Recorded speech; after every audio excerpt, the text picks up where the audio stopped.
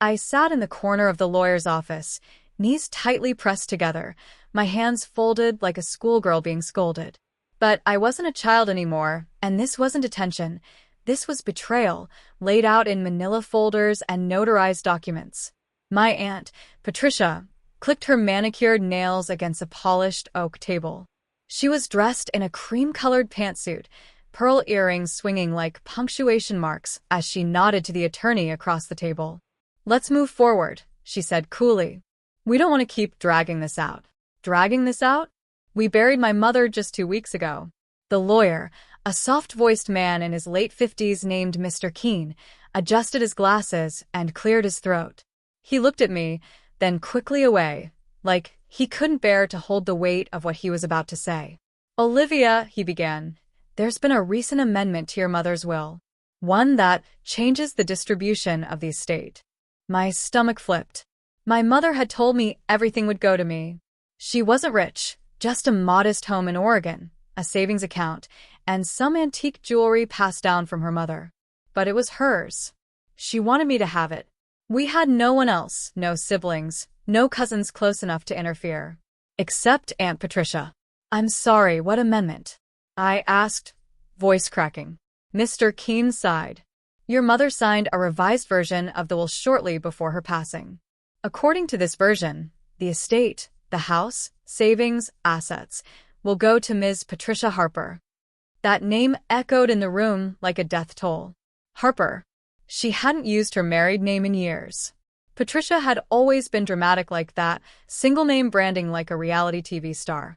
I blinked. That's not right. My mom would never do that. We talked about this." Patricia leaned back and crossed her arms, wearing the smug smile of someone who knew the ending of a movie you hadn't finished watching. She was very sick, Olivia. Confused. She asked me to help finalize things. I was just trying to make sure everything was handled smoothly. The words sick and confused hit me harder than the betrayal. My mother had breast cancer, yes. But she was lucid, even sharp, up to the very end. She'd planned. We had talked in hospice, cried about memories, even laughed about her bad cooking. "She signed it?" I asked, barely above a whisper.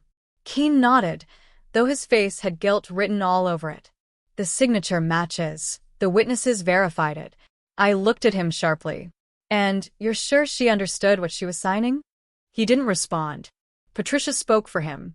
"Let it go, Olivia. You're young. You'll rebuild. Your mom didn't want to leave you with all that responsibility. You wouldn't have known what to do with all that money anyway." I looked at her. This woman who hadn't changed my diapers, who hadn't been there when Mom had her second mastectomy, who missed birthdays and sent Facebook messages instead of calls. She smiled with closed lips, like a school principal trying to pretend she wasn't stealing candy from a child. My throat felt thick, my palms sweating against the table. "You forged it," I said, not even sure I believed it, just praying I was wrong and desperate for someone to admit something had gone terribly, terribly wrong. Patricia rolled her eyes. "Don't be dramatic." And just like that, it was done. The papers were signed. The estate transferred. My childhood home, the porch swing I painted with my mom one summer, the kitchen we danced in on Sunday mornings, no longer belonged to me. I was erased. The ride home was silent. I sat in the passenger seat of my friend Nina's car, trying not to cry. Nina, bless her, didn't say anything. She just drove and let the quiet sit between us like a thick fog. "I'm so sorry, Liv," she finally whispered. "Are you sure there's nothing you can do?" I shook my head. I'd have to challenge the will in court. I'd need money I don't have, a lawyer willing to take on Patricia, and evidence that probably doesn't exist. "But it's your mom's house. You were there every single day." I stared out the window. "Doesn't matter. On paper, I'm a ghost." That night, I walked through the house one last time. Patricia gave me until the weekend to collect my things. How generous. Every wall held a memory. Fingerprints on the doorframe where Mom measured my height each birthday, the chipped bathroom towel we always meant to fix, the squeaky stair that she claimed kept burglars honest. I paused in the kitchen. On the counter sat a note. Mom's handwriting. Faded, but unmistakable. "Liv, Don't forget to water the basil. And breathe. Love you always. I traced my fingers over the ink. Did you really change the will, Mom? I wondered. Did you really leave me like this? But no voice came back. Just the hum of the refrigerator and the quiet ache of abandonment. The weekend came and I left. No big scene. No screaming match. Just boxes in a trunk and a heart too heavy to carry. As I locked the door for the last time, Patricia appeared in her luxury SUV, sunglasses hiding whatever emotion she might have felt, if any. Don't look so down, she chirped. This is what your mom wanted. I wanted to say something. Anything. But I couldn't give her that satisfaction. So I turned, walked down the path, and didn't look back. But something inside me whispered, this isn't over. Before all this, before legal documents and whispered betrayals, my life with Mom was quiet but full. We weren't rich. We never pretended to be. But we had our rituals. Friday nights were movie nights, no matter what. We'd put on fleece pajamas, microwave buttery popcorn, and argue for 10 minutes about which rom-com to rewatch for the 100th time. Mom always let me pick, even when she pretended she hated my choice. That's who she was. Evelyn Morgan. Warm eyes, calloused hands from years as a nurse, and a stubbornness that could move mountains. She worked double shifts and still showed up for every parent-teacher meeting, every school play, every late-night fever. She didn't date much. She always said she didn't want to bring temporary people into our little world. I used to think that was lonely. Now I realize it was her way of protecting the only thing she cherished. Me. Patricia, on the other hand, was the storm that passed through now and then, loud, unpredictable, and usually leaving some kind of mess behind. She was Evelyn's younger sister by 3 years, but you'd think they were strangers raised on opposite planets. Patricia lived in a high-rise in Seattle, worked in real estate, and carried herself like a CEO, even when she was between jobs. She'd sweep in for holidays wearing red lipstick and heels too high for a muddy Oregon driveway. And she never stayed long. I don't know how you do it, Ev, she'd say, wrinkling her nose at our worn-out couch or cluttered kitchen table. I'd go crazy living like this. Mom would just smile politely and say, it's home. I used to wonder why Mom kept inviting her. Every Thanksgiving, every Christmas, every summer barbecue, there she was, drinking white wine and offering unsolicited advice. She's my sister, Mom would say. And one day she might surprise you. But she never did. Patricia didn't come when Mom had her first biopsy. She sent flowers when the mastectomy was scheduled. Cheap ones, too, lilies from a supermarket chain. She didn't show up for chemo, didn't call when Mom shaved her head. I was the one who changed the dressings. I was the one who held the trash can when the nausea hit. But when the hospice bed was delivered, Patricia arrived. In a flash. I just want to help, she'd said, holding Mom's hand like she hadn't ignored her for years. You shouldn't have to carry this alone. Mom smiled weakly. She was always generous like that. But I saw Patricia's eyes.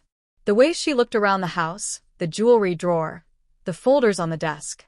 She was calculating. I remember one night, maybe 2 weeks before Mom passed. I was sitting on the floor next to her bed, brushing her hair gently while she drifted in and out of sleep. The chemo had taken everything but her voice. She reached for my hand, squeezed it, and whispered, I'm proud of you, Liv. I blinked back tears. Don't say goodbye yet, okay? She smiled. I'm not. I just want you to know, everything I have, it's yours. I nodded, already knowing. I don't need anything, Mom. Just you. She looked at me for a long time. There's a folder. Blue. In the filing cabinet. Just in case. That folder never turned up. When I went looking after she passed, it was gone. I asked Patricia if she'd seen it. She said no. Growing up, I always felt like the invisible niece. Patricia barely acknowledged me unless it was to comment on my appearance. You'd be so pretty if you fixed your eyebrows. You should smile more. Men like that. You still single? You're not getting younger. It was exhausting. She had a son once, my cousin Brian. I met him twice. He lived with his dad. Patricia lost custody during a messy divorce, and we weren't allowed to ask why.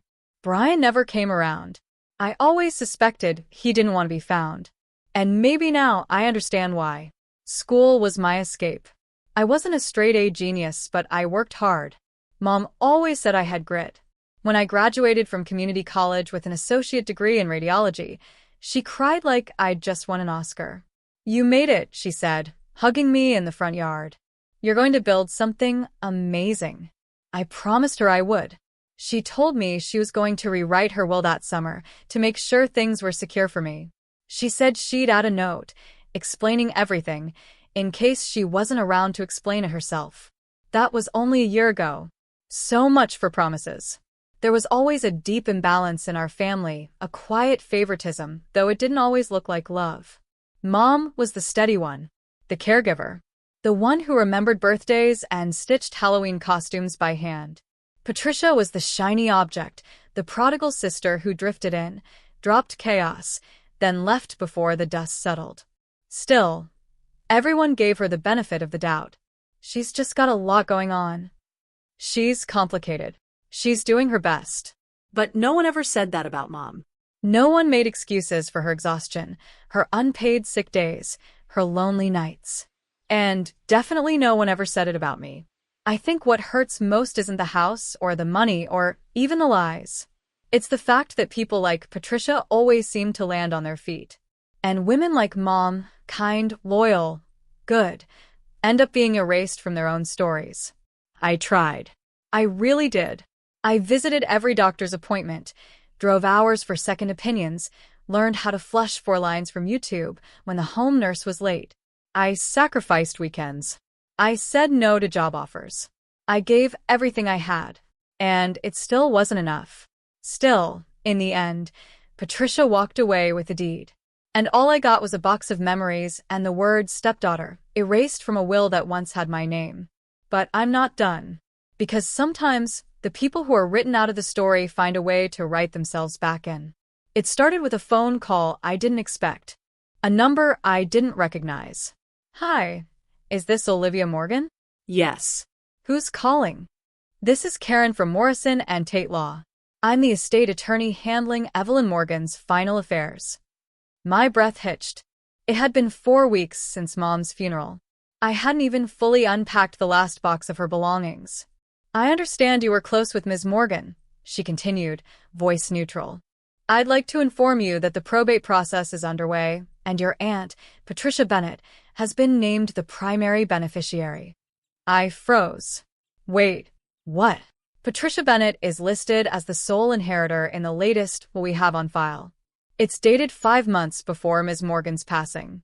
The original document lists only her, and we've verified the signature and witness.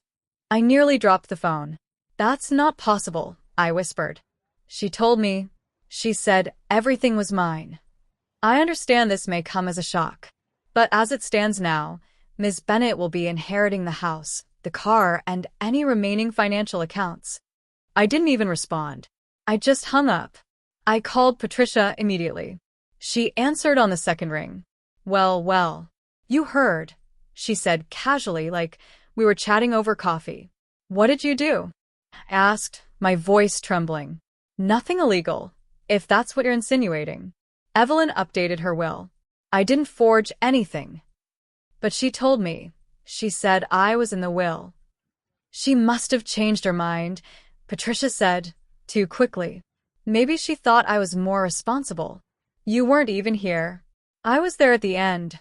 She cut me off. "More than I can say for most of the family. Look, this isn't personal, Olivia. It's just practical." "Practical?" I spat. "You live in a condo in Seattle. You don't even want the house. It's valuable. I could flip it. Or rent it out." My throat burned. She wanted me to have it. You know that. Patricia sighed like I was a child throwing a tantrum. "I get it. You're emotional. But this isn't the time to be sentimental. Life's tough, sweetie. Get over it." And then she hung up. The next week was a blur. Emails. Legal paperwork. More phone calls. All confirming the same brutal truth. Patricia had found the will, brought it to the lawyer, and fast-tracked probate. There was no trace of the blue folder Mom told me about. No note. No letter. Nothing in the desk drawers, the lockbox, or even the freezer. Yes, I checked there too. Mom once said she hid her emergency cash behind the peas. It was like my name had never existed in her life. When I returned to the house to gather a few more boxes, the locks had already been changed. I stood on the porch in disbelief. My keys didn't fit. I called Patricia again. Straight to voicemail. Then I got a text. You no longer have legal access to the property. I suggest you go through proper channels. Please don't show up unannounced again. I sat down on the curb and cried. For the first time in weeks, I let it all out. The grief, the confusion, the rage, the injustice of it all. Neighbors passed by. No one stopped. I was invisible again. A few days later, I tried to challenge the will. I went to a local attorney, Mr. Crane, who specialized in probate law. I brought every memory I had, my journals, a voice memo from Mom saying, "This is your house someday," even photos of us together in front of the for sale sign the day she bought it. But none of it mattered. There's no legal weight to verbal promises, he said gently. And unless you can prove coercion, forgery, or diminished capacity, there's not much we can do. But she had cancer. She was on morphine half the time. And unfortunately, that works both ways. If the will was signed during a window of clarity, and witnesses say she was of sound mind, the courts won't throw it out. I felt like screaming. She wouldn't have done this. She couldn't have. Mr. Crane hesitated, then asked, "Was anyone else present when she mentioned this folder? Any witnesses?" No. "Just me." He nodded slowly. "I believe you, but the law needs more than belief." The hardest part wasn't losing the house. It was realizing that everyone else, the legal system, the neighbors, even distant cousins, accepted Patricia's version of the story without question. She was her sister, they'd say. Why would she lie? She's family. Blood doesn't betray blood. And every time I tried to explain, I came off bitter, jealous, unstable. Even at the funeral, I noticed how Patricia worked the room like a PR agent, dressed in black silk, dabbing her eyes dramatically. She was the best sister anyone could ask for, she told the pastor. Meanwhile, I sat 3 rows back alone. No one asked how I was holding up. No one asked if I needed anything. Then came the final slap. I saw the listing. Online. The house. Mom's house. My childhood home. Posted on Zillow.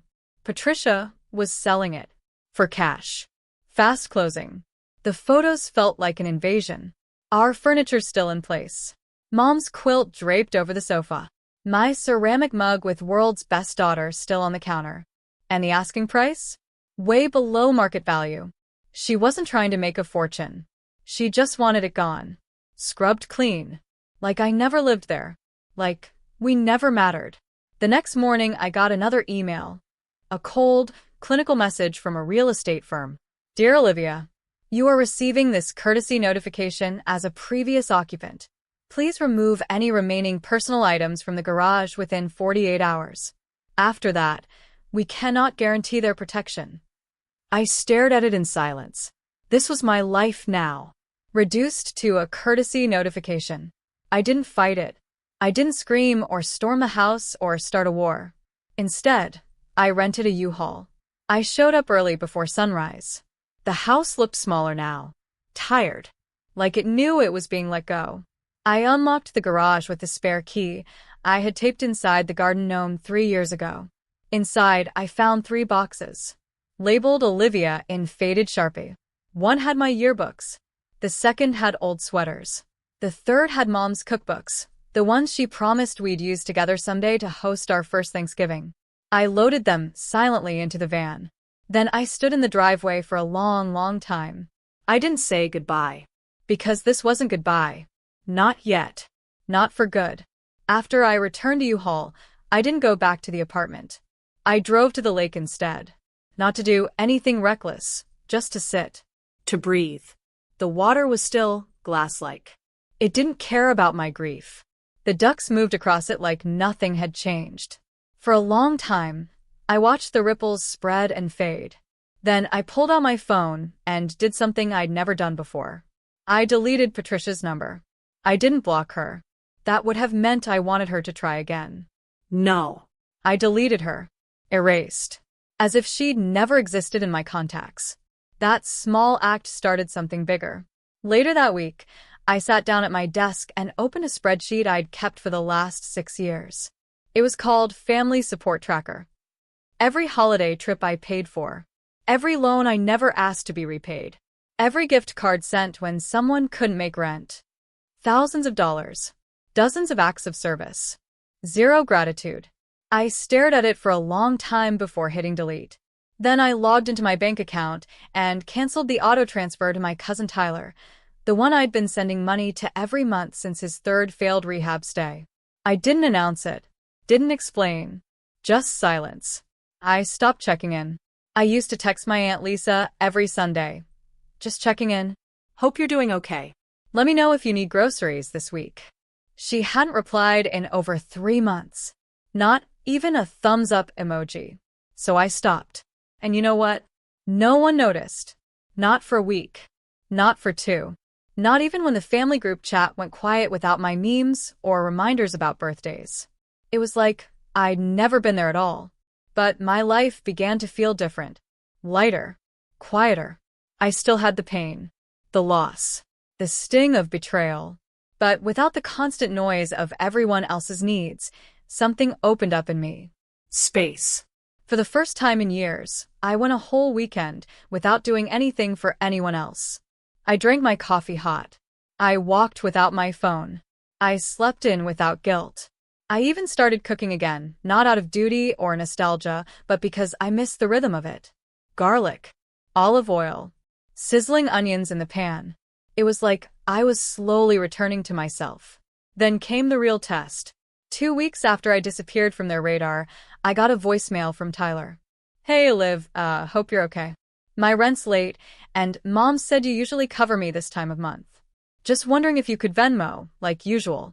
No rush, but kinda urgent. I listened to it twice, and then deleted it. No response. No guilt. Because this time I didn't feel cruel. I felt clean. Like rinsing off something sticky you didn't realize had been on your skin for years. I began unfollowing people. Quietly. The cousins who only messaged when they wanted something. The friends who ghosted me during the funeral but reposted Patricia's glowing eulogy. I didn't block them. I didn't make it a statement. I just disconnected. I didn't want their version of me living in their heads rent-free. I didn't want to see them perform grief they never earned. If they asked, I'd say, oh, must have been an algorithm thing. But they never did. Meanwhile, I started reconnecting, not with people but with places. There was a used bookstore on the edge of town that Mom and I used to visit when I was little. I hadn't been back in years. I went one rainy afternoon and got lost for hours in the scent of old pages. I found a worn copy of Little Women, tucked behind a shelf. The same edition Mom read to me growing up. Her favorite line was underlined in red. I am not afraid of storms, for I am learning how to sail my ship. I bought it and placed it on my nightstand. Not for display. For a reminder. The silence didn't mean nothing was happening. It meant everything was. Internally. Quietly. Without the performance. I stopped sharing my wins online. No more look what I'm doing posts to prove my worth to people who never saw me in the first place. No more smiling selfies with fake captions. Instead, I started journaling again. By hand. Just for me. Most of it wasn't profound. Some pages were just angry scribbles or bullet points of small joys. Slept 8 hours. Cooked pasta without burning it. Didn't cry today. But it was mine. And it was honest. About a month into my silence, I got an email. From the same estate attorney. Hello, Olivia. Ms. Bennett has listed the property for auction due to unpaid maintenance and insurance obligations. The auction will be held in 30 days. As a previous resident and family member, you're permitted to attend or bid should you wish. Best. Karen D. Morrison and Tate Law. I stared at the screen. Auction? She couldn't sell it outright? Patricia, who fought so hard for the house, was losing it? I didn't reply. but I did mark the date. Over the next few weeks, I did something that felt unthinkable months ago. I began researching real estate financing. Quietly, without telling anyone. I spoke to a mortgage advisor. I called a financial planner. I ran the numbers. My credit was decent. I had savings, despite everything I'd given. And then I made a decision. I'd go to the auction. Not to start a war. Not to win. But to stand. In the space they tried to erase me from. I didn't post about it. Didn't send a warning to Patricia. Didn't make it a spectacle. I just showed up. Dressed in a navy blue blazer. Hair tied back. Calm. The room was half empty. A few local investors. One man in a baseball cap, reading a paperback. Patricia sat near the front, looking pale and tense. She didn't see me right away. But when she did, her face cracked. She turned to the man next to her and whispered something. Probably asking why I was there. I didn't look at her. I looked at the house listing on the brochure. Mom's house. My house. The bidding began. The auction moved quickly. The first few bids were modest, lowball offers from older men in suits who didn't even look at the photos in the pamphlet. But then the auctioneer paused. Lot 14, 227, Riverbend Avenue, our family home. My mother's garden. Her sunroom. The one Patricia fought for. Lied for. Cut me out for. The starting bid was far below market value. Patricia had let the place go to ruin. Paint peeling, roof leaks, unpaid taxes. What she won through deception, she couldn't afford to keep. I raised my hand. For the first time in my life, I didn't tremble. $62,000. Bid from the back, the auctioneer announced. Patricia's head snapped around. Her mouth fell open when she saw me. She hadn't realized I was a bidder. She turned to her lawyer, whispering frantically. He shook his head. He wasn't bidding on her behalf. I raised the number again. $64,500. Another investor countered. I nodded, calm measured. $67,000 from the lady in the back. The man beside Patricia stood. He looked like a tired landlord, rough hands, thick folder. He raised his paddle. $68,000. I didn't flinch. $70,000. I called. And then something shifted. The man beside Patricia turned to me. He stared for a second, squinting like he recognized something. Then he leaned down, whispered to her, and walked over. "Excuse me," he said quietly, as the next lot began behind us. "Are you Olivia Morgan?" I nodded, guarded. Yes. "Why?" He smiled, not like someone mocking me, like someone remembering me. "You probably don't recognize me. I'm Travis. Travis Greer. I used to work maintenance at Riverbend Retirement. Your mom used to volunteer there, didn't she?" I blinked. That place. That year. My mother spent every Saturday there, reading aloud to residents with no family. Even on Christmas Eve. I nodded, throat tight. "She used to bring soup," he said. "Every single week. Sat with my grandma, even when grandma stopped recognizing people." He chuckled. "I remember one day, my car broke down in the snow, and I had my kid with me. You and your mom stayed outside with us for 2 hours. You gave my son your scarf." That memory hit like a soft wind. I had no idea anyone remembered. Travis exhaled, looking past me toward the front. "Listen, I was bidding for a flip, just business. But if I'd known this house was yours, I wouldn't have raised my paddle once." He held out a hand. "I'm out. It's yours. Hope you get it." I shook his hand. He added, "Your mom, she was something else. And clearly, so are you." He walked away before I could respond. Patricia watched the whole thing. Her face said everything. For the first time, someone saw me, not through the lens of family gossip or inherited narratives, but for who I was. The auction resumed. When the final gavel hit, the auctioneer's voice rang out. "Sold to Olivia Morgan. $72,000. A number. But for me, it meant everything. A home, I was told, I didn't deserve. A name cleared in the most poetic way. Not by shouting. Not by revenge. but by being remembered. By someone outside the narrative my aunt tried to control.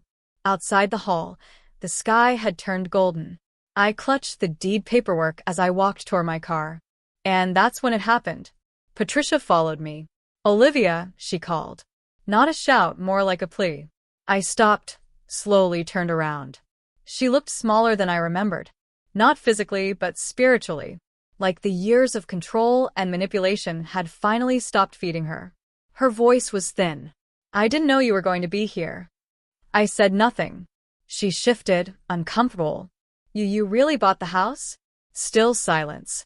She laughed nervously. "So, what, you're going to fix it up? Live there? After everything?" I finally spoke. Calmly.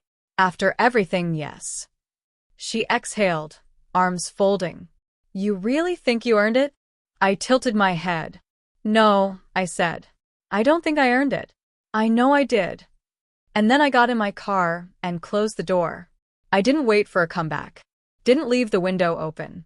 I didn't need her to believe me anymore. Someone else already had. Back at home, I sat in my driveway for a long time. The house I was renting was small. A little messy. Not glamorous.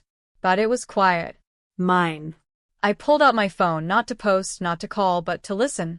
I had a voicemail. From Travis. Apparently, he'd found my number through the auction registry. "Hey Olivia, just wanted to say it was a real pleasure meeting you again today. You and your mom made a difference, even if nobody said it out loud at the time. I just thought you should know that.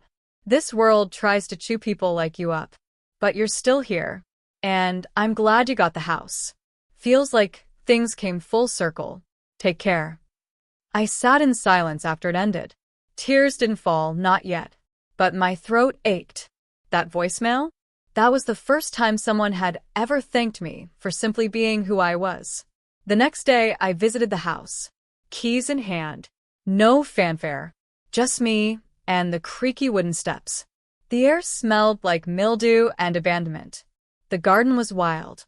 The wallpaper peeled like it was shedding skin. But it was still home. I walked to the kitchen, opened the old drawer beside the stove. Inside, tucked in the back, a faded recipe card. Mom's handwriting. Olivia's lemon bars. For Sunday mornings. Add extra zest if she's sad. That broke me. I sat on the dusty tile and cried for the first time since the funeral. Cried not from weakness, but from release. From finally being seen. It didn't take long. 2 days after the auction, I got a text from a number I didn't recognize. "Hey Olivia, it's Michelle. Aunt Patricia's daughter." Can we talk? Michelle. My cousin. The one who didn't call when Mom died. The one who posted vacation selfies the same day as the funeral with a quote captioned, "Let go of things that weigh you down." I stared at the message for a long time, then turned off my phone. The following morning, my email pinged. Subject: "Let's clear the air?" From Patricia T. Morgan. I didn't open it, but the preview said enough. Things have clearly gotten out of hand, and I'd really like to press reset. It was never about hurting you. Sure. Not about hurting me. Just about erasing me. By the end of the week, 3 other relatives had reached out. Cousin Darren, who once said I was too sensitive. Uncle Gene, who forgot my birthday for 7 years. And my father's sister, who hadn't spoken to me since the will was read. They all had different tones, some warm, some overly casual, some weirdly nostalgic. But every message had the same flavor. Let's talk. Things got complicated. No need to carry all this bitterness. Bitterness. That's what they called boundaries now. The voicemail from Patricia came 3 days later. I played it on speaker as I folded laundry, not because I cared what she had to say, but because part of me wanted to hear the cracks in her voice. She didn't disappoint. "Olivia, I just want to say I'm sorry that things feel the way they do. I never wanted this. I was under a lot of pressure when your mom passed, and everything with the estate got messy. I wish you would have come to me. I could have explained. It's not too late to start fresh. I'm sure the house needs a lot of work. Maybe I can help you find a contractor." I laughed out loud. Help me? Fix the house she stole from me? I deleted the voicemail. That afternoon, I got a ping on Facebook. Patricia had posted a black and white photo of our family, a decades-old Christmas image. Caption: "No matter how far apart we drift, family is family." The comments flooded in. Ah, memories. Where is Olivia these days? Hope you all reconnect soon. One message caught my eye. It was from a woman named Carmen Reyes, the daughter of one of the residents from the retirement home where Mom and I used to volunteer. Carmen wrote, "I remember Olivia used to read to my mom every Sunday. My mom never forgot her voice, even when her memory went. You're lucky to have had her in your family." No one from my family replied to her. They pretended not to see it. But I saw it. And it meant more than all their fake messages combined.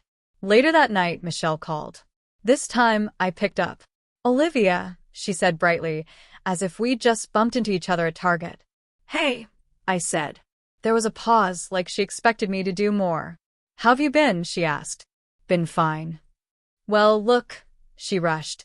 "Mom's really shaken up. She didn't expect you to show up at the auction. And she definitely didn't think you'd win. I think it caught everyone off guard." "Not as off guard as I was," I replied, "when she took my name off everything." She went quiet, then softened her tone. "I get that. I really do. But maybe this is the moment we can all just move forward." I stayed silent. She added, "There's a lot of people asking questions. Like, about what happened. And the house. And honestly, it'd be better if we all looked like we were on the same page." Ah. There it was. Not healing. Not reconciliation. Just optics. Damage control. "Michelle," I said gently, "do you want to look like we're on the same page? Or actually be on the same page?" She hesitated. "I don't know," she whispered. "At least you're honest," I said. And hung up. 2 days later, I found a handwritten letter in my mailbox. No return address. But the handwriting was unmistakable. Patricia's. Inside was a 3-page letter, folded like a prayer. She started by saying she missed my mother, that they had sisterly differences, but there was always love. Then she pivoted, writing that she never wanted to handle the estate alone, that she assumed I had other plans, that lawyers made things harder than they had to be. And at the end, she included this: "Maybe someday we can sit on the porch again, share a glass of tea, and remember the good." No apology. No ownership. Just nostalgia weaponized into guilt. But I wasn't that little girl on the porch anymore. I folded the letter back up and tossed it into the recycling bin. I started renovating the house the next week. It needed everything. The roof. The plumbing. Even the floors had to be ripped up. But every piece I rebuilt felt like reclaiming something that had been stolen. Not just property, but dignity. Truth. Presence. And the more I worked, the quieter they got. The text slowed. The emails stopped. Even Michelle went silent after I replied once with nothing but, "Thank you for reaching out. I wish you peace." That was the last thing I ever said to any of them. Not because I hated them, but because I had finally learned some bridges aren't burned, they were never real to begin with. One day, during a break from the renovations, I walked into town for coffee. A woman in her 60s tapped my arm at the cafe. "You're Olivia, right?" I nodded, smiling softly. "You probably don't remember me, but you used to work the register at Whitman's Market, didn't you? Years ago?" I blinked. Yeah. "I did." She smiled. "You were the only person who ever noticed when I looked sad. You used to draw a smiley face on my coffee lid." I laughed, barely remembering that version of myself. "I just wanted to say thank you," she added. "It mattered." I nodded, overwhelmed again. People remembered me. Not because I shouted. Not because I demanded anything, but because I saw them. And now they saw me back. It started with a letter. A real one this time. Hand-addressed, stamped with care. The envelope was thick, cream-colored, the kind used for wedding invitations or thank you notes that matter. It was from Carmen Reyes. Inside were 3 sheets of stationery and a photo. A photo of her mother, holding a worn copy of Jane Eyre, and a note tucked into the corner. This was the last book you read to her. The letter began like this. Dear Olivia, I hope this reaches you with a full heart and peaceful mind. I wasn't sure if I should write this. It's been years since we last spoke. But when I saw your name on the news and the house auction story being passed around, I knew it was time. I wanted to thank you for what you did for my mother. You probably don't know this, but she talked about you until the very end. Not just your voice, but your kindness.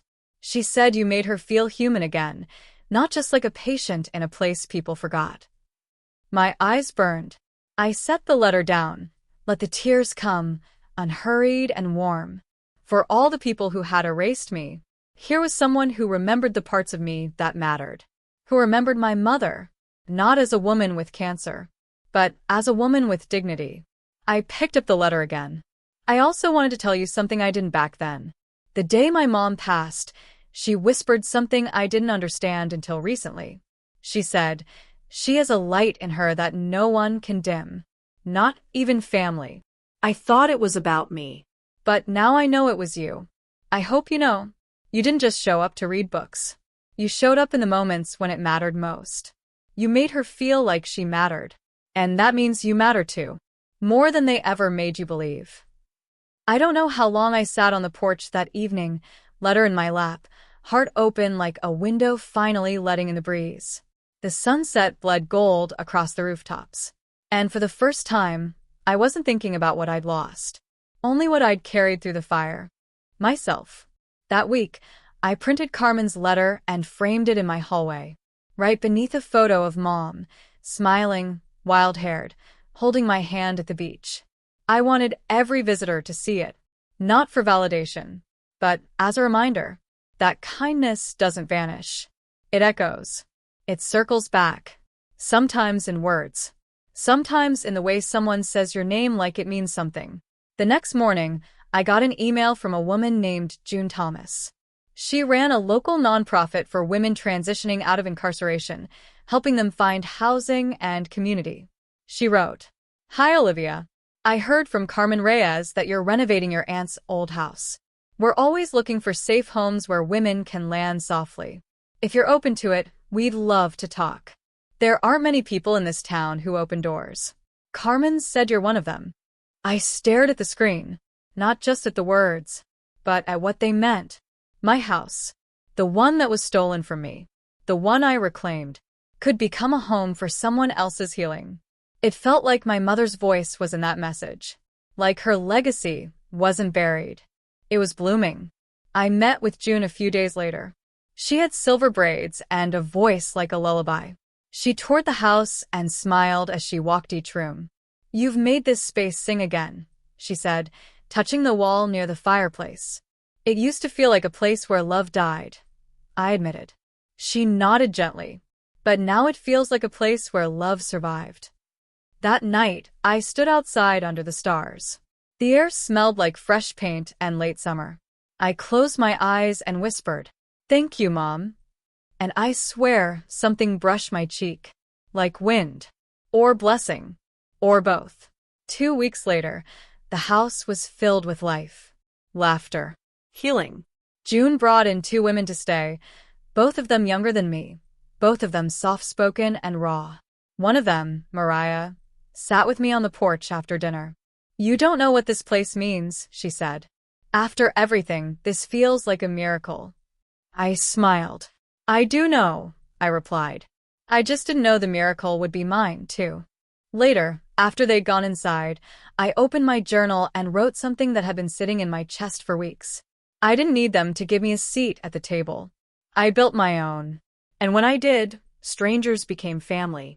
And love found its way back home. It happened on a Thursday afternoon. I was watering the rose bushes by the fence when I saw a black SUV pull up in front of the house. It didn't register at first. Not until the driver's side door opened and Aunt Janice stepped out. Same stiff posture. Same leather purse clutched like a weapon. But this time, I felt nothing. Not anger. Not fear. Just space. The kind of space that blooms when you no longer owe anyone your pain. She walked slowly toward the gate. I didn't move. Didn't greet her. Just stood still, the hose running gently at my side, mist floating into the sunlight like it had somewhere more important to be. "Olivia," she said, like it was a greeting and a question and a dare. I nodded once. "Janice." She looked at the house behind me. The fresh paint, the new door, the flowers by the step. "This looks different." "It is," I said simply. She didn't smile, didn't apologize. Instead, she adjusted her sunglasses and sighed. "I was just in town for some errands," she said. "Thought I'd drop by." Her voice had that fake lightness, the kind that trembles when it's trying too hard to be casual. "I saw the article," she added after a pause, "about the house auction. You really did that." I tilted my head slightly. "You stole my inheritance. I bought your house. Balance the scales, I guess." Janice flinched barely, just a flicker in her eyes. "I didn't mean for it to go the way it did," she muttered. "Things were complicated." "No," I said. "You made it complicated. It didn't have to be." She opened her mouth, then closed it again. I could tell she'd rehearsed something. A line, an excuse, maybe even a half apology wrapped in guilt and control. But I wasn't giving her the stage this time. She took a step closer, one hand out. "Look, Olivia, maybe we can put the past behind us. Start over." There it was. The reset. The classic line families use when they don't want to admit they were wrong, only that they're tired of the silence they created. I'm sure we both said and did things. I cut her off, not sharply, but gently. "I didn't come here to start over, Janice. I didn't raise my voice. I didn't cry. I didn't explain. Just stood there, centered in my own quiet." She shifted uncomfortably. "Well, do you think we could at least talk inside? Just for a minute?" I finally turned off the hose and looked her in the eyes. "There's nothing inside for you anymore," I said calmly. "No anger. No explanations. Just no." The silence that followed was unlike any we'd ever shared before. Because for once, it wasn't about her power. It was about mine. And I wasn't wielding it like a sword. I was simply holding it. Firm. Peaceful. Alive. She looked at me like she didn't recognize who I was anymore. And maybe she didn't. Because I wasn't the niece who shrank to fit her shadow. Wasn't the girl who let herself be erased from her own story. I was a woman who bought back her power, literally and metaphorically, and used it to build something better. Janice took a step back, clearing her throat. "Well," she said tightly, "I guess I'll be going." "Safe drive," I replied. She hesitated one last moment, like she was waiting for me to crack, to say, "I forgive you," to invite her inside. But I didn't. Because closure doesn't require a reunion. Sometimes, it's a door that stays closed with grace. She turned, walked back to the SUV, and drove away without another word. I watched her leave, but I didn't feel hollow. I didn't feel triumphant either. I just felt still. Whole. Free. I went back to watering the roses. And as the sun fell behind the clouds, a breeze rolled through the yard, brushing my hair like a mother's hand. That evening, I lit a candle inside the house, not for mourning, but for honor, for peace, for everything I let go of without asking permission, and everything I became without anyone's approval. Later, I sat by the window with tea and my journal. Wrote one sentence. Saying no doesn't make you cruel. It makes you sovereign. Some people think closure looks like a conversation, an apology, a tearful hug at a family dinner. But for me, closure looked like silence. Like a door that didn't open, not because I was being petty, but because I was finally at peace with keeping it shut. Because not everyone deserves a second entrance into the version of your life you had to rebuild without them. For a long time, I thought love meant bending, shrinking, sacrificing. That if I was good enough, kind enough, invisible enough, maybe someone would see me.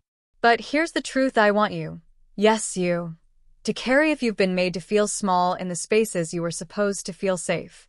You don't have to earn your worth. You were born with it. No betrayal can steal it. No silence can erase it. And no amount of absence makes you less deserving of joy.